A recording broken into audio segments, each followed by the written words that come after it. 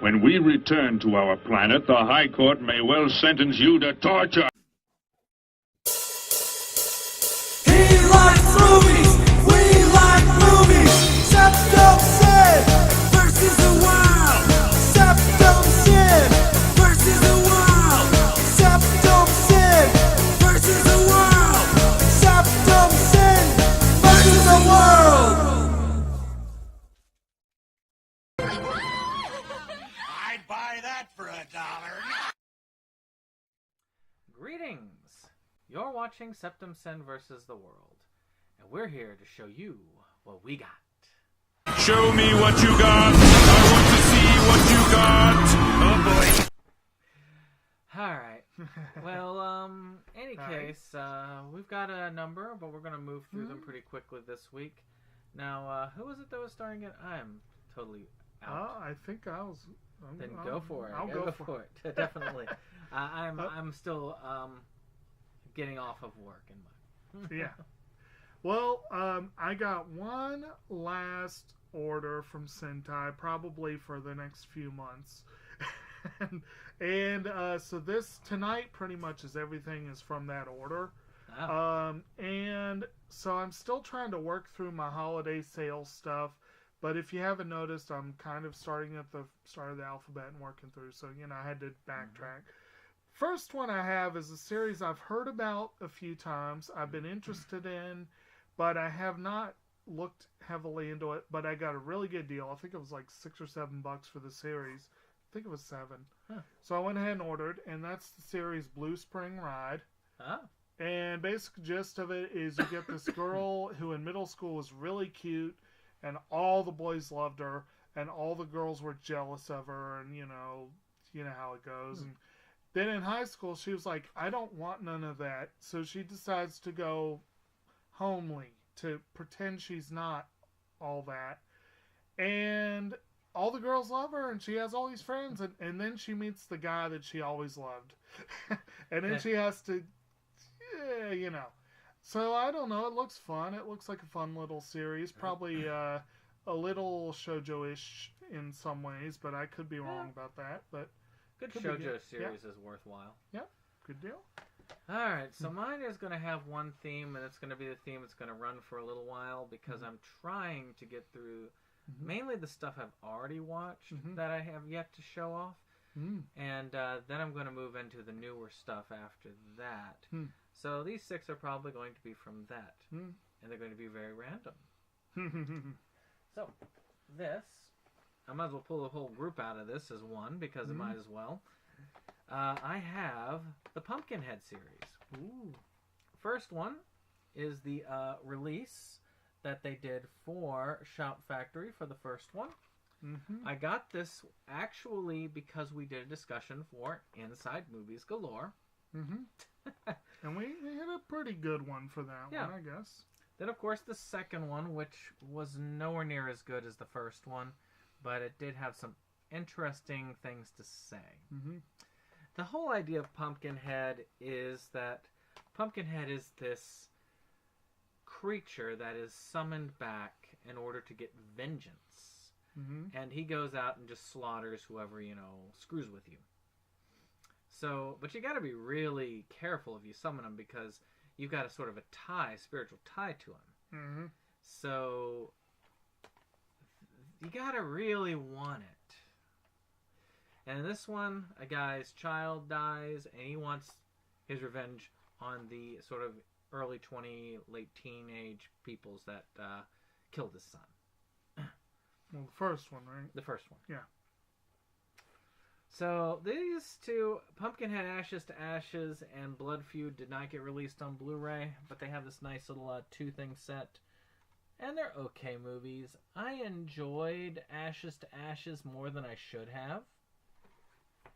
They still have that vengeance theme. I also thought Blood Feud was sort of interesting, because there was a Hatfields versus the McCoys, and Pumpkinhead was used to try and end the feud between the two. So, again, not the best movies, but good cheesy slasher fun. Good deal. Yes.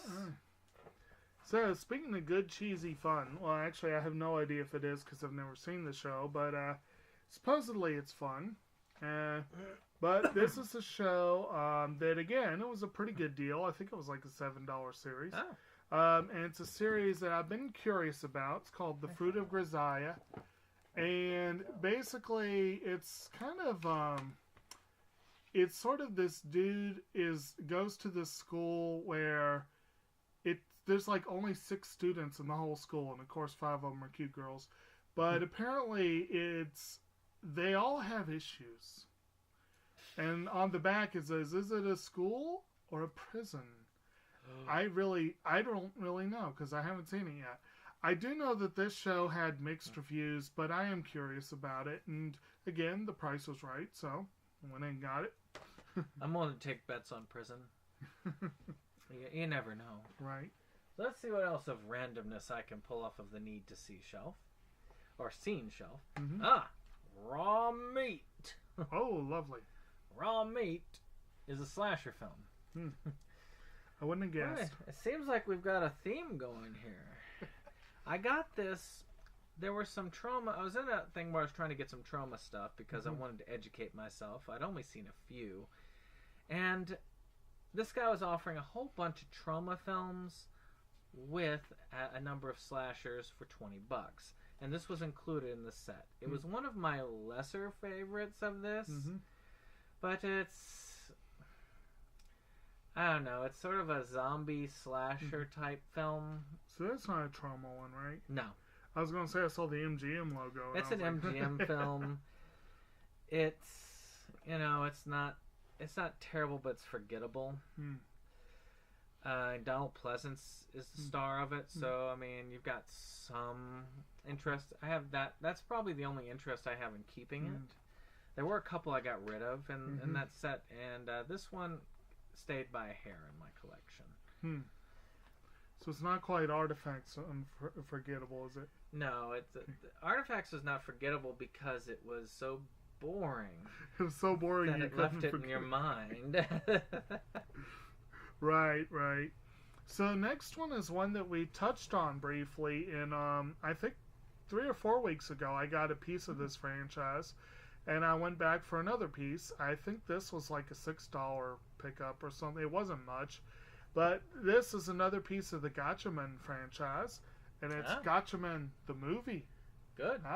So I now have that piece of it, and still don't have Gatchaman 2, and I think there was another one I'm missing, but I'm getting there. And it's always fun to get these little movies. I'll get it watched one of these days. I might even get to that before the series, because the series is such a behemoth. It's like, what, 105 episodes, something like that? Oh, I've got a whole... Actually, I've got the entirety of it. Right. It's just, Right. You don't recall what relation this has to the series, do you?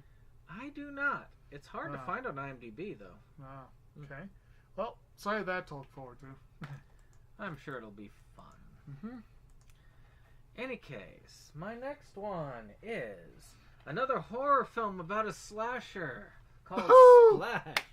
No, a splasher. And we did this, I got this because we were covering on Inside Movies Galore, which, by the way, has gotten me a lot of different films. This is a classic, though. And it was a cart topper. That's how cheap it was on Amazon. That's easy to get that one. You could not get this and not pay shipping unless you bought a certain amount of stuff.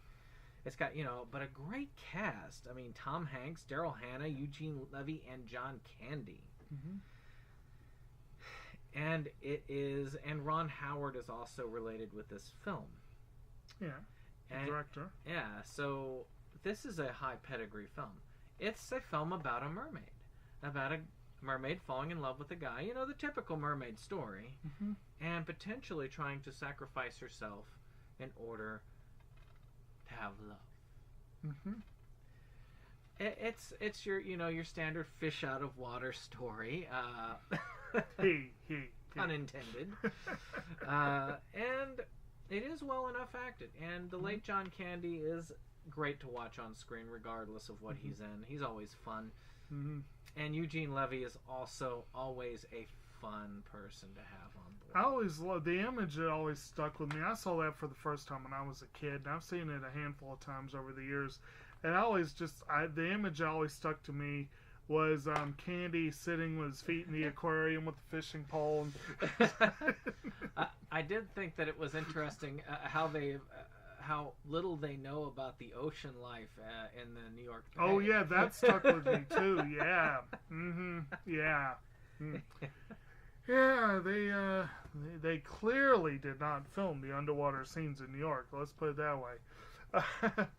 So the next one I have is one that you may see a theme here. I don't know a lot about most of these series, but they're ones that caught my attention that looked interesting. And this one definitely caught my attention. I think it's an older series. It definitely has the visual appearance of being an older series. And this is the series called The Good Witch of the West. Ah. Yes. And it has that late 90s look to it. It's very interesting. But does indeed. But I don't know an enormous amount about this one either. But basically, apparently Feriel, the main character, Feriel, goes to the Queen's Ball wearing a necklace that belonged to her mother. She makes a shocking discovery. She's a missing member of the royal family and a contender for the throne. So naturally, she makes a lot of enemies very quickly. And then she ends up going to the school to learn how to become... She finds out that, wow, most of her classmates are her enemies. So, I don't know. It looks like a fun series. And I've heard good things about it.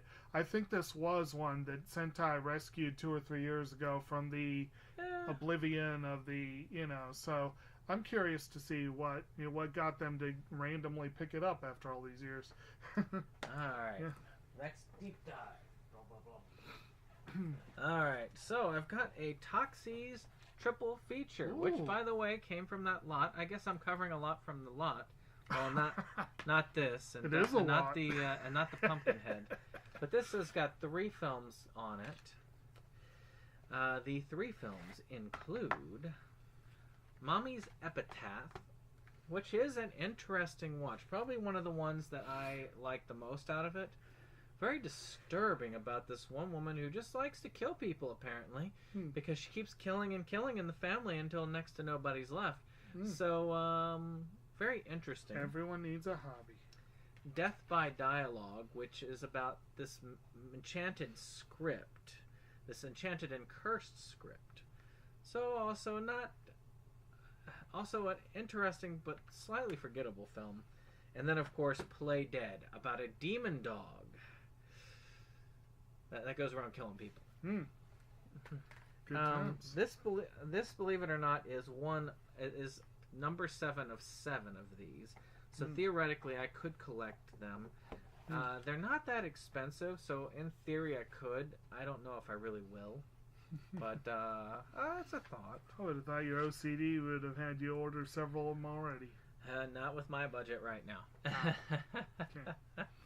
Yeah, so my next one, I've said a few times on this channel that I'm not much for streaming.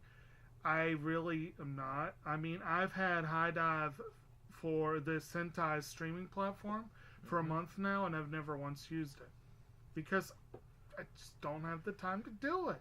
All these streamings, it's hard to watch a lot of stuff. And it's just, I want to. Now, of course, I would have used it, except that the one thing that I got a free month because of all the stuff I bought. But the main reason I signed up for it was for the Love, Tuna Beyond Other Delusions movie, which they have not yet put on that platform. Which makes perfect sense. Yeah.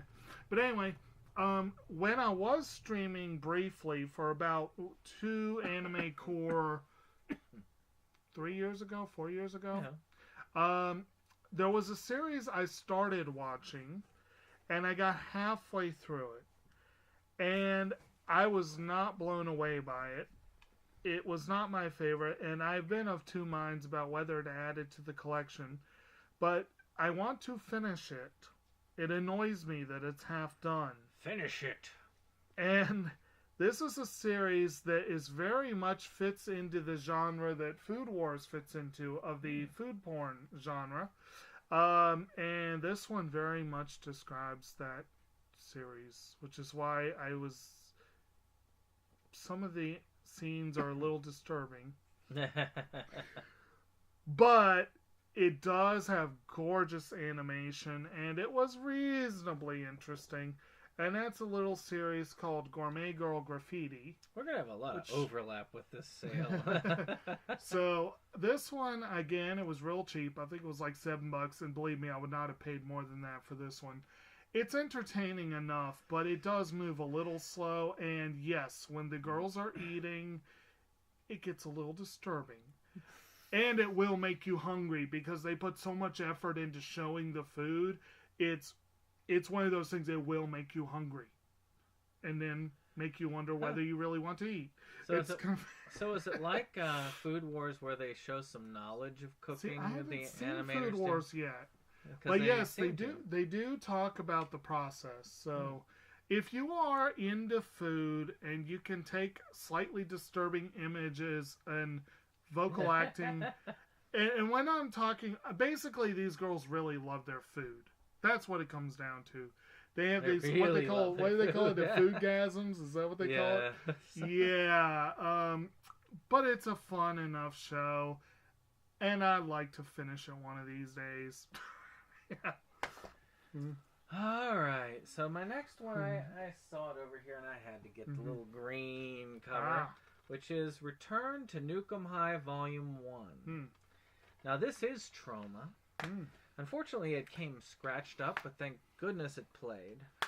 This actually has a cameo by one of our friends, Kyle Rappaport, who has been on the Inside Movies Galore as a guest. And it's essentially, I've seen the Nukem High movies, and did I cover those on a pickup? I don't remember. I feel like you... The Class of Nukem High? I feel like you did. I might have. Let me see. B, C. I guess I did. In any case, I had that as a 3 set. And this is sort of a continuation years later, where they're like organic foods. And this has a lot of grossness, which Trauma is known for, but this has a lot more of that tongue-in-cheek humor that Lloyd Kaufman is known for. And the Class of Nukem High, they got away from that because, well, Lloyd Kaufman only directed the first one. And he has got a lot of energy. And this shows it. Especially with the evil, like, the mutant zombie duck. That's also pretty cool. Mutant zombie duck. Yes. That's a good phrase. Yes, indeed. But should you watch the originals first? Probably. But this is still fun. I look forward to getting the second volume in the near future. Good times. Yes. See, that'd be a good name for a movie there. Mutant Zombie Duck.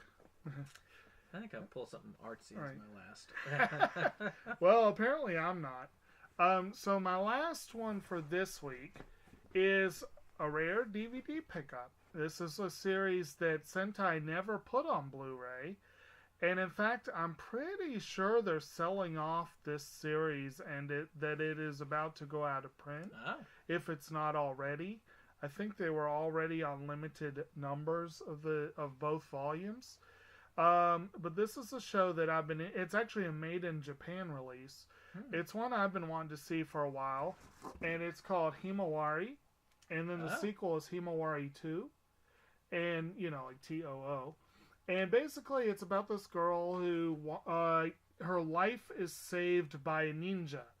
And so she wants to become a ninja. And apparently she's not that skilled at it. Oh, so like Shinobuden. From what I understand, it should be like Shinobuden, but less perverted. Oh. So that should be fun. Should be fun. I should enjoy it. At least I don't think there's anyone like Onsakamaru in this one. I see a girl in a cat outfit. Onsakamaru is the greatest of all ninjas. God. Oh, jeez. We're joking about the series that the American release is called Ninja Nonsense, and that's a good title for it. Himawari is one I've been wanting for a long time. Looks and fun. I finally got it because they said it was going out of print. And I think each volume, I can't remember if I think they were $5 each. So it's a pretty cheap pickup. Shoot, that's why I picked up Night Raid. Yeah. And I'd like to see this. I'm looking forward to it. Yeah. All right. I'm going to go over here for this last one. Okay. All right. Last but not least for mine, I'm showing off this Laurel and Hardy collection. I've been wanting to get some Laurel and Hardy for a while. The new movie that's come out has really spurned me to action, even though I did it before the movie. Ollie, right? Yeah. And it's got a pretty cool set of movies here. I mean, you've got This Is Your Life, which is the last appearance, by the way, of them together on TV, which was an episode, obviously. And then Laurel and Hardy at the Movies. I guess a documentary on them. Then you've got the Be Big and the Lucky Dog.